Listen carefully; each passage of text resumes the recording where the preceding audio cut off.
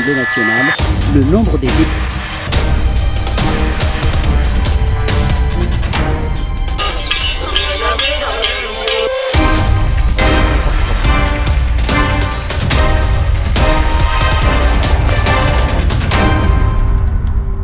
Merci de nous rejoindre sur les antennes de la RTS2 pour votre magazine Midi Actu. Voici le sommaire du jour. L'Assemblée nationale, le nombre des députés.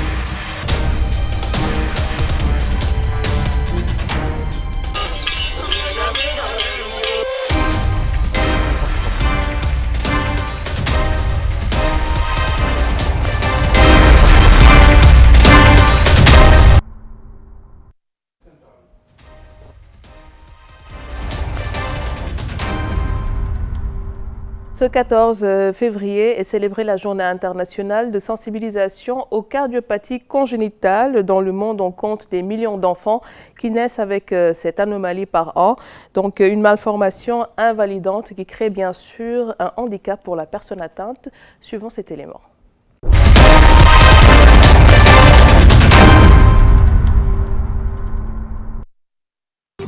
Les anomalies cardiaques congénitales désignent des anomalies de la structure du cœur existant dès la naissance. Environ 8 nourrissons sur 1000 naissent avec une cardiopathie congénitale. L'espérance de vie de ces enfants était autrefois courte. Les progrès technologiques ont permis d'étendre leur espérance de vie.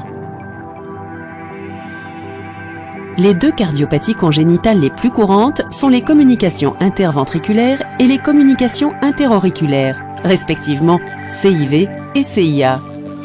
Il s'agit de deux ouvertures anomales dans la paroi entre le côté du cœur qui pompe le sang pauvre en oxygène vers les poumons et le côté qui pompe l'oxygène riche en oxygène vers l'extérieur du corps.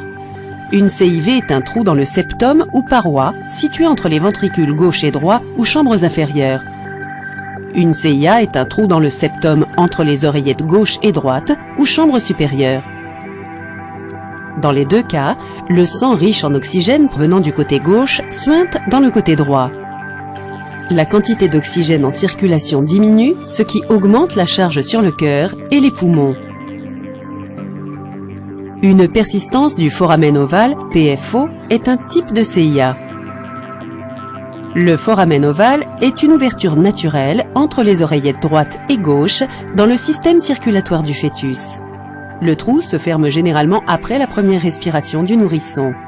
Si le foramen ne se ferme pas, on considère que la communication est ouverte. Une PFO n'entraîne pas toujours des problèmes de santé. La persistance du canal artériel, PCA, plus rare, est plus grave. Le canal artériel constitue l'un des deux éléments normaux du système circulatoire du fœtus qui permet au sang de contourner les poumons du fœtus, ces derniers n'étant pas nécessaires à la respiration pendant la grossesse.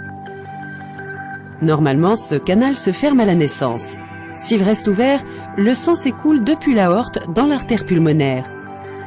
Si le trou est suffisamment grand, il peut être à l'origine d'une insuffisance cardiaque.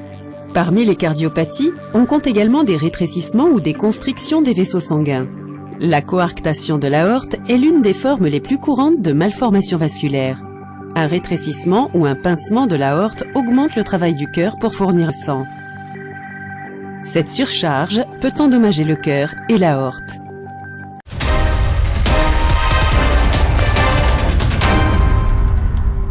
Alors, à présent, mesdames et messieurs, nous allons donc accueillir l'invité de ce jour. Il s'agit de monsieur Alioune Badara Mang, jeune entrepreneur. Bienvenue à vous sur ce plateau de Midi Actu. Bonjour, merci.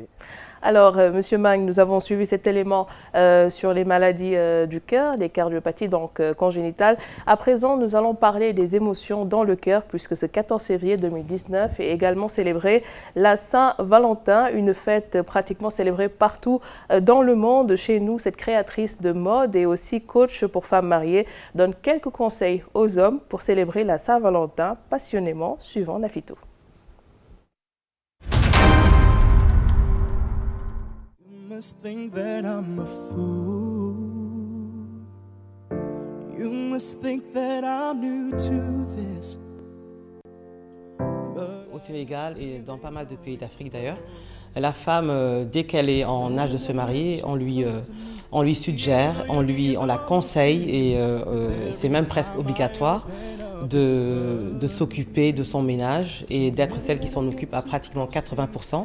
En tout cas, en matière du couple, de la séduction, c'est elle qui doit savoir quelles sont les nouveautés, quelle lingerie il faut acheter, qu'est-ce qu'il faut faire pour bien s'occuper de son mari. Donc voilà, c'est une question de culture et d'éducation et je trouve que ce n'est pas juste parce qu'un couple c'est à deux.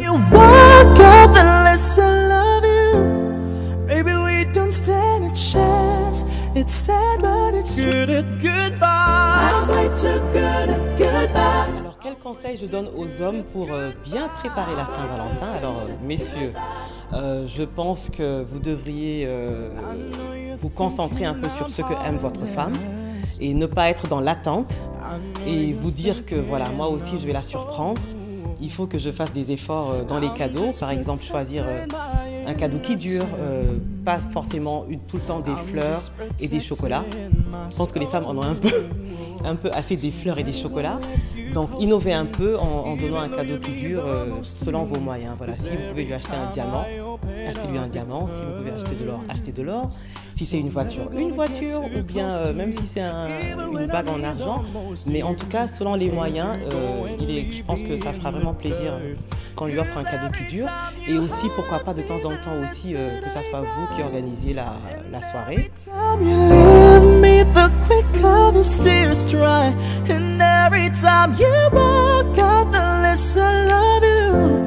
Maybe we don't stand a chance. It's sad, but it's true. I'm way too good at goodbyes. I'm way too good at goodbyes. Merci beaucoup donc Nafitou pour ces conseils adressés aux hommes, à tous les amoureux, donc une très belle fête de Saint-Valentin et pour les célibataires, courage. Demain, c'est fini. Alors Monsieur Mike, comment est-ce que vous préparez la Saint-Valentin? Bon, normalement. Normalement, c'est-à-dire, est-ce que vous allez suivre les conseils de Madame Nafitou? Oui, bon, je crois qu'au début, elle a précisé qu'elle s'adresse principalement aux hommes mariés. Donc, j'y penserai quand je me marierai. Mais avant le mariage, il y a le célibat. Et puis bon... Voilà. C'est pas encore à l'ordre du jour. C'est pas encore à l'ordre du jour. Parfait. Donc, mesdames et messieurs, nous allons tout de suite passer à la chronique culture du jour.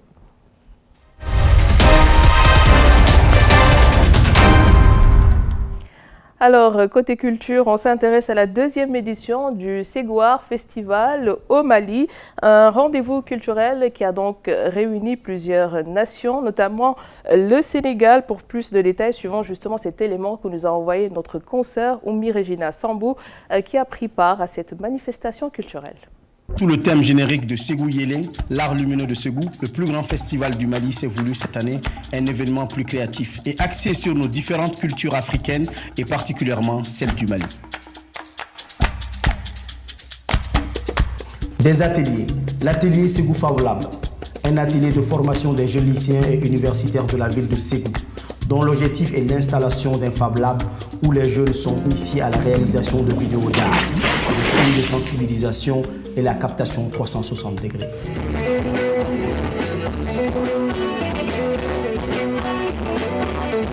Un atelier de théâtre dans le cadre du programme Corée Qualité, volet théâtre de l'Institut Corée des Arts et Métiers, encadré par Amadou Mandé. Toujours à l'ICAM, il a eu la continuité de la formation internationale sur le leadership et fundraising sous l'encadrement de Oussama Arafihi et de Luc Maïtoukou. Et puis prendre son temps, mais en même temps, attention, l'artiste ne quitte pas tout. L'Afrique étant en manque de traducteurs de l'art, l'atelier de critique d'art animé par les professeurs Yacouba Konaté de la Côte d'Ivoire et Hélène Tissière de la Belgique constitue un espoir pour que les journalistes et professionnels de l'art puissent produire des ressources intellectuelles sur la création d'artistes africains très peu médiatisés.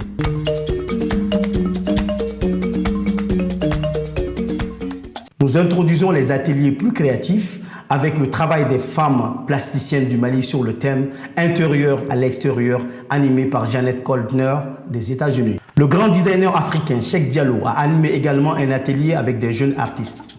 Ségouar étant l'un des plus grands salons d'art contemporain en Afrique de l'Ouest, il a regroupé l'élite des artistes.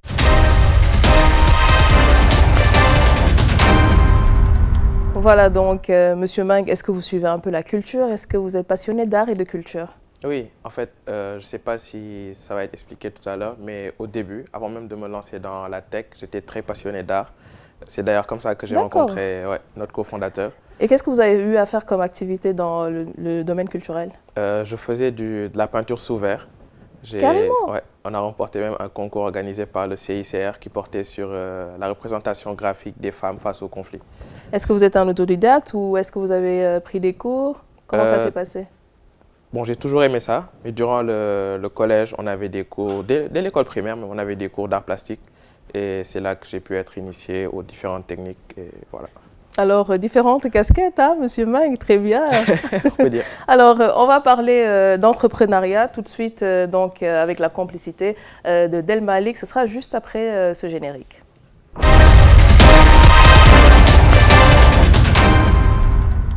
Voilà donc avec le développement des technologies, on assiste aussi au développement de l'intelligence artificielle, l'art de rendre donc des machines capables de simuler l'intelligence. Ça ne se passe pas dans un film mais dans la vie réelle. Suivons justement cet élément pour nous expliquer un peu ce que signifie l'intelligence artificielle.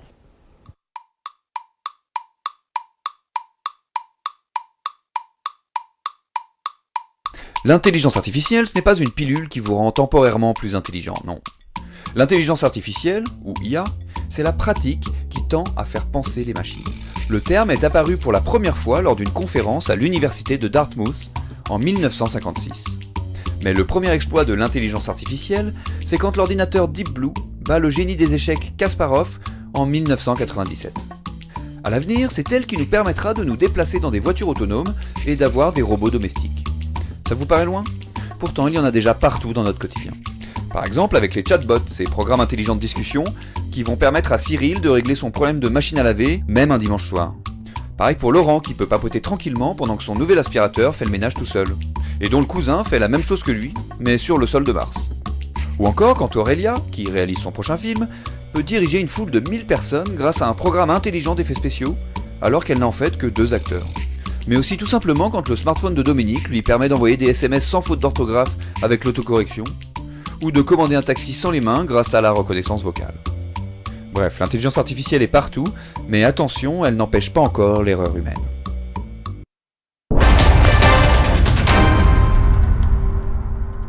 Donc, compris, le monde évolue, l'intelligence artificielle avec, donc Monsieur Mang. J'aimerais d'abord vous demander, parce que tout à l'heure vous nous avez parlé de votre parcours dans le monde culturel, qu'est-ce qui vous a poussé aussi à embrasser un peu l'écosystème des technologies de l'information et de la communication? D'accord. Alors, en fait, depuis que je suis jeune, je suis passionné des technologies. Alors, lorsque j'étais entre la seconde et la première, j'ai rencontré un ami dans un groupe de passionnés de manga, les bandes dessinées japonaises. Oui. Et au début, l'objectif, c'était de créer une bande dessinée japonaise adaptée à l'Afrique. Alors, c'est là qu'on a commencé, on a essayé de faire quelques petites choses. Et après, on s'est dit que même dans le domaine de la technologie, pourquoi pas créer nous-mêmes des choses. Alors, c'est là qu'on a commencé à participer à des concours, faire des trucs comme ça. D'accord. Et on s'est rendu compte que ça se passait très bien, qu'on s'en sortait beaucoup mieux qu'on le pensait à la base. Et c'est là qu'on a eu vraiment l'audace, si j'ose dire, de vouloir créer nous-mêmes des technologies. D'accord. Parce que donc, vous parlez de pourquoi pas créer quelque chose d'ailleurs dans ce domaine donc, des technologies de l'information et de la communication. Et je pense qu'avec bien sûr la complicité de Del Malik, c'est ce qui vous a aussi poussé à créer cette poubelle intelligente, donc Mbal-It. Donc, d'où vous est venue d'ailleurs cette idée de créer donc, une poubelle aussi intelligente? D'accord. En fait, on a participé, comme je l'ai dit, à un concours. Et l'objectif de ce concours-là, c'était de réfléchir sur la problématique du tri sélectif, notamment comment trier les déchets, parce que c'était la principale problématique de gestion des déchets au Sénégal. Alors, on sait que le contexte ici est différent de celui en France ou dans les autres pays où le tri est déjà effectif. Alors, la question, c'était comment faire pour créer un dispositif qui puisse enseigner aux gens, entre guillemets, comment trier leurs déchets. Et il fallait être fou, on s'est dit alors qu'il fallait créer carrément une poubelle qui pourrait permettre d'apprendre aux gens à trier en leur parlant, littéralement, en des langues qu'ils comprennent. D'accord. C'est là qu'est venue l'idée de faire une poubelle qui, littéralement, vous demande ce que vous voulez jeter et ensuite qui sait où est-ce qu'elle doit le mettre. Et comment est-ce que ça fonctionne? Parce que c'est une poubelle qui parle à l'humain. Ça se passe comment? En fait, c'est un dispositif électronique. D'accord. Vous vous mettez devant, il est séparé en plusieurs compartiments et il se met en marche et il vous demande, soit en français, soit en langue locale, qu'est-ce que vous voulez jeter. Alors, si vous dites, par exemple, je ne sais pas, bon, comme c'est la Saint-Valentin, vous dites une rose, même si je déconseillerais de jeter les roses qu'on vous offre, il sait que c'est un déchet organique et il sait dans quel compartiment il doit le mettre. Du coup, il ouvre ce compartiment-là. D'accord, d'accord, très bien. Donc ici, ce que j'aimerais aussi vous demander, c'est l'impact sur l'environnement, parce qu'on en parle, hein, les déchets tuent notre environnement, notre écosystème, donc je pense que ce genre d'initiative est à saluer. Donc est-ce que vous pouvez un peu revenir, pour les téléspectateurs aussi, sur l'impact par rapport à l'environnement d'un tel projet? Ok. Donc en fait, il faut comprendre déjà que la cause de ce qui a créé ce projet-là, c'est parce que le problème, c'était qu'il n'y avait pas de tri. Ce qui fait que la majorité des déchets qui sont produits sont ensuite jetés, brûlés, etc. C'est très difficile de transformer des déchets qui n'ont pas été triés au préalable. Sauf que lorsqu'on les trie, on peut ensuite leur redonner vie, on peut les transformer, que ce soit par le biais de l'art, par le biais de toutes les sortes de transformations qui existent. D'accord. Donc ça permet de donner, voire redonner naissance à la chaîne de transformation qui a lieu après la production des déchets, ce qui a un impact énorme sur l'environnement. Est-ce que donc cette transformation a déjà lieu? Est-ce que vous avez déjà eu à récupérer des déchets, à remettre ça à d'autres personnes qui peuvent transformer ces déchets en quelque chose qu'on peut utiliser nous autres dans nos maisons? Voilà. En fait, il faut comprendre que le projet est segmenté en deux parties. Au début, lorsqu'on le lançait, on pensait que c'est justement ce qu'on allait faire, le mettre dans les rues, récupérer les déchets, les transformer, etc., etc. Mais en fait, la réalité est tout autre. Parce que trier, c'est bien, mais si derrière, il n'y a pas la chaîne de transformation, ça ne sert plus à rien de trier pour ensuite tout remettre dans le même bac.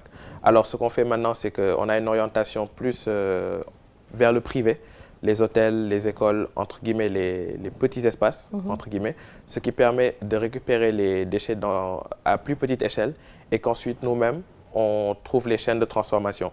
Parce que si c'est à l'échelle d'une ville, c'est beaucoup plus compliqué. Du coup, là, ce qu'on fait, c'est par exemple l'implémenter dans une université ou dans une entreprise. Par exemple, dans le cas d'une entreprise, on sait qu'il y a beaucoup de papier qui est récupéré.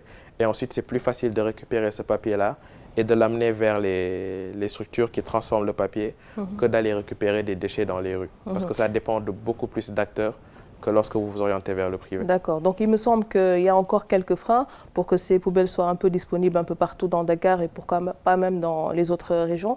Quels sont les moyens dont vous disposez pour faire ce projet?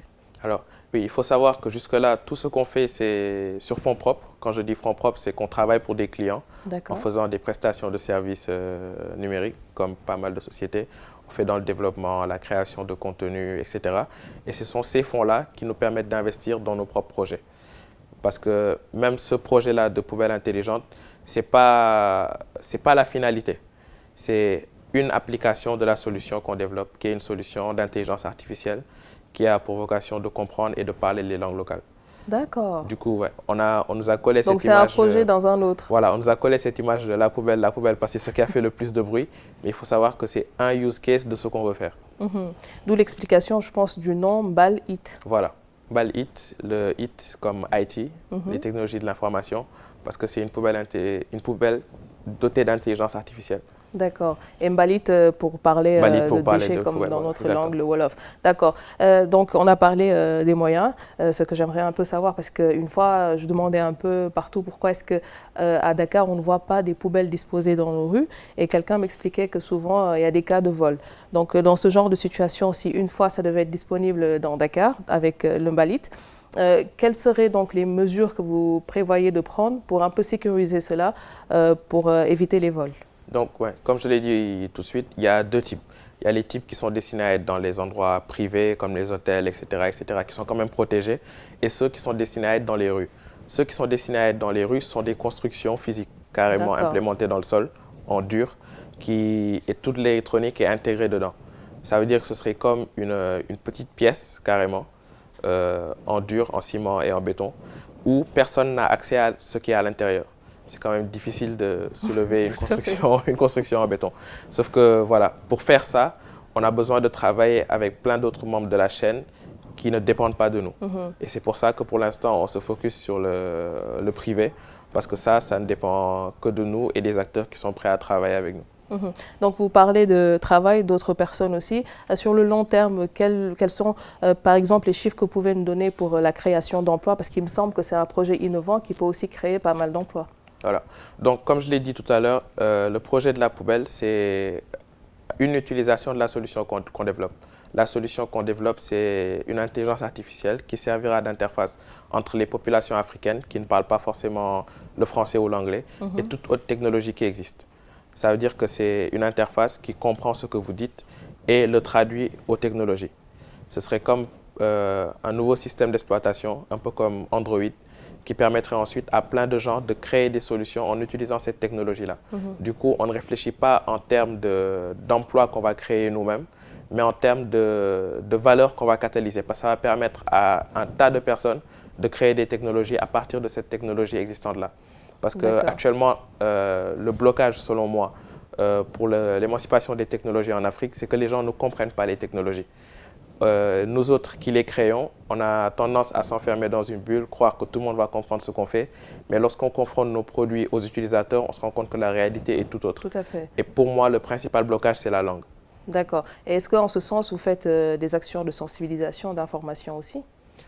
Oui, pas mal, mais surtout par le biais des réseaux sociaux et des émissions comme celle-ci. Parce qu'on a quand même eu la chance de bénéficier de pas mal d'expositions médiatiques et ça a fait qu'un tas de monde a pu déjà prendre conscience de ce qu'on fait, s'y intéresse et même des choses auxquelles on ne s'attendait pas du tout. Tout à fait. Des gens qui Des partenaires? Oui, des partenaires, surtout privés. D'accord. Et est-ce que vous avez démarché le public quand même?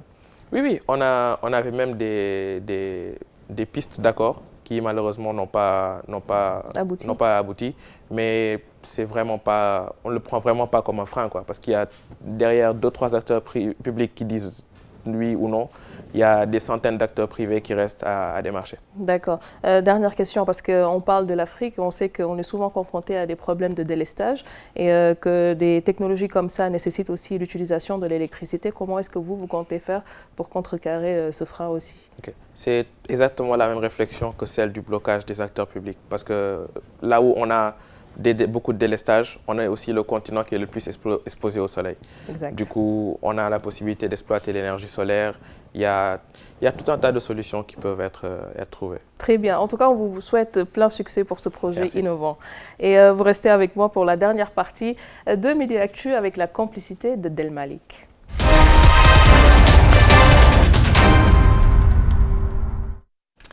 Alors, sur l'international, à côté des manifestations des Gilets jaunes en France, c'est la hausse des actes antisémites qui inquiète un peu les populations. Durant le week-end dernier, on a noté une augmentation de 74% de ces actes antisémites à Paris et à Toulouse. La communauté juive tire la sonnette d'alarme suivant cet élément.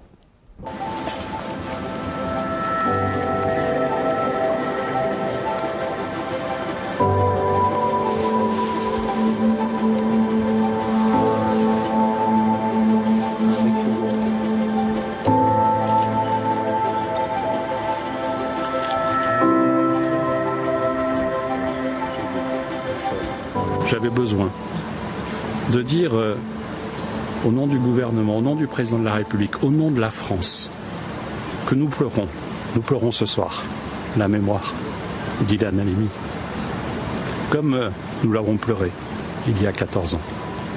La France, à travers ma présence ici, au nom du gouvernement du président de la République, veut dire à chacune et chacun qui fait un choix religieux dans ce pays, qu'ils doivent être et qu'ils seront protégés.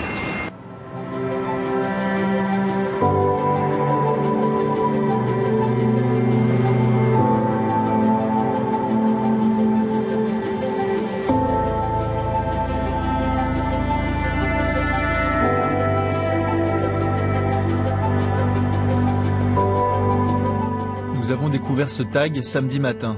Il a probablement été fait dans la nuit de vendredi à samedi. La plainte a été déposée samedi. La police est venue sur place. Je ne pense pas que ce soit des gilets jaunes. Ils ont écrit ça en jaune, mais ça peut être pour l'étoile de David.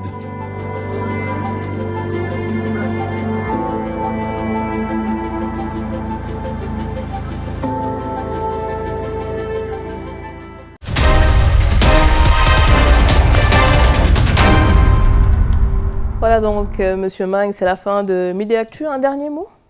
Merci de nous avoir reçus et j'espère que lorsqu'on reviendra, ce sera pour parler de l'avancée qu'on aura eu à faire entre-temps. Tout à fait. Merci beaucoup en tout cas Merci à vous d'avoir accepté cette invitation. Il s'agissait de Monsieur Alioune Badara Mang, l'invité du jour, jeune entrepreneur et celui qui a créé bien sûr cette technologie Mbalit. C'est la fin également de votre magazine Midi Actu. Merci à l'équipe technique. Merci aussi à Maïmounassi qui coordonne régulièrement cette émission. Nous revenons lundi à partir de 12 h sur cette même chaîne, la RTS2, visible désormais sur le bouquet Canal+, la chaîne 215 et toujours bouquet TNT, la chaîne 5. Tout de suite, on se quitte avec la météo du jour. Encore une fois, bonne fête de Saint-Valentin à vous. Et tout à l'heure, vous retrouverez la grande Yaham dans Tam Tam spécial de Saint-Valentin. Au revoir.